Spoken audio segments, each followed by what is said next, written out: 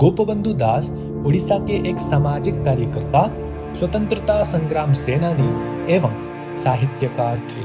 उन्हें उत्कल मणि के नाम से जाना जाता है।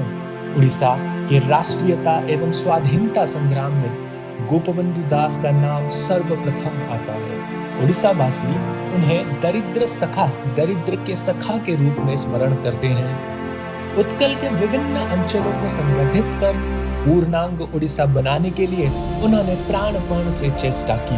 उत्कल के विशिष्ट दैनिक पत्र समाज के ये संस्थापक थे। दोस्तों, आधुनिक उड़ीसा में उनका योगदान बहुत था। गोपबंधु ने कई राष्ट्रवादी मूल्यों को सीखा। हैजा के पीड़ितों के लिए अधिकारियों की अपर्याप्त प्रतिक्रिया ने उन्हें एक पूरी सेवा समिति शुरू करने के लिए प्रेरित किया। बाद में इस आंदोलन में पुरी में हैजा के मरीजों के लिए उन्होंने एक अलग अस्पताल की स्थापना की और इसी कारण समाज में गोपबंधु बहुत लोकप्रिय हो गए। एक छात्र के रूप में गोपबंधु का साहित्यिक उत्साह उत्कृष्ट था। उन दिनों के दौरान उड़ीसा साहित्यिक दुनिया के प्राचीन इंद्रधनु और आधुनिकतावादियों बिजली के बीच विभाजित किया गया था। गोपबंधु दास को यह एहसास हुआ कि एक राष्ट्र के साथ ही उनका साहित्य उनकी परंपरा से जीता है। उनका यह मानना था कि वर्तमान का एक राष्ट्रीय अधिरचना केवल राष्ट्रीय विरासत की ठोस नींव पर आधारित है तो ही सहन कर सकता है।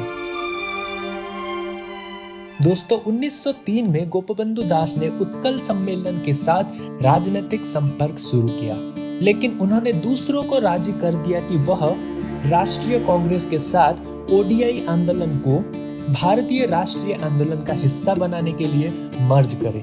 तो स्वतंत्रता आंदोलन में भाग लेने के लिए उन्हें कई बार कैद किया गया।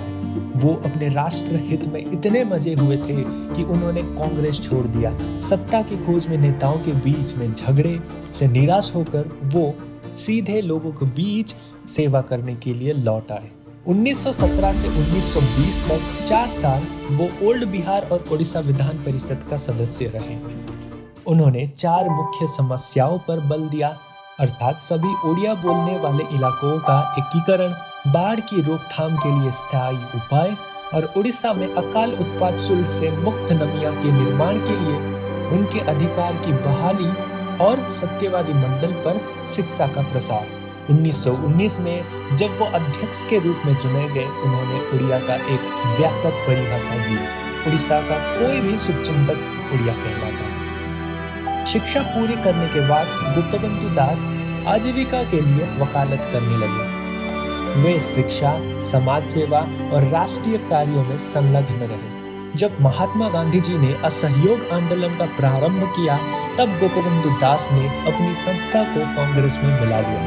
गोपबंधु दास उड़ीसा में राष्ट्रीय चेतना में अग्रदूत थे।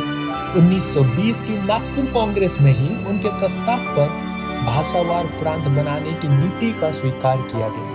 उड़ीसा राष्ट्रवाद के वे श्रेष्ठ पादरी बन गए थे तथा 1921 में उन्होंने उड़ीसा से असहयोग आंदोलन की अगुवाई की थी। उसके बाद उन्हें 2 वर्ष की कैद भी हुई।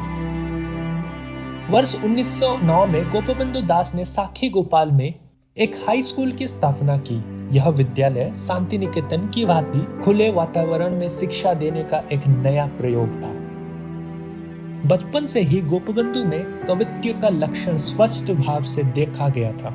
स्कूल में पढ़ते समय ही वे सुंदर कविताएं लिखा करते थे।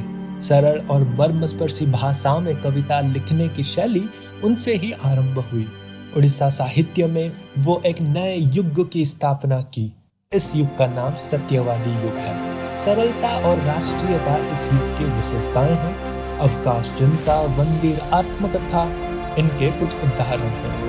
उत्कलमणि गोपबंधु दास के समाज के प्रति प्रेम, निष्ठा और सेवा सांस्कृतिक रूप से हो या फिर आजादी के आंदोलन के रूप में हो, हमारे लिए प्रेरणादायक है। उस महान आत्मा को हमारा सत सत नमन। धन्यवाद दोस्तों, वीडियो को अंत तक देखने के लिए। अगर आप चैनल पर नए हैं तो वीडियो को सब्सक्राइब कीजिए, लाइक कीजिए और कमेंट में लिखिए कि अगले वीडियो हम किस महापुरुष के ऊपर लाएं। धन्यवाद।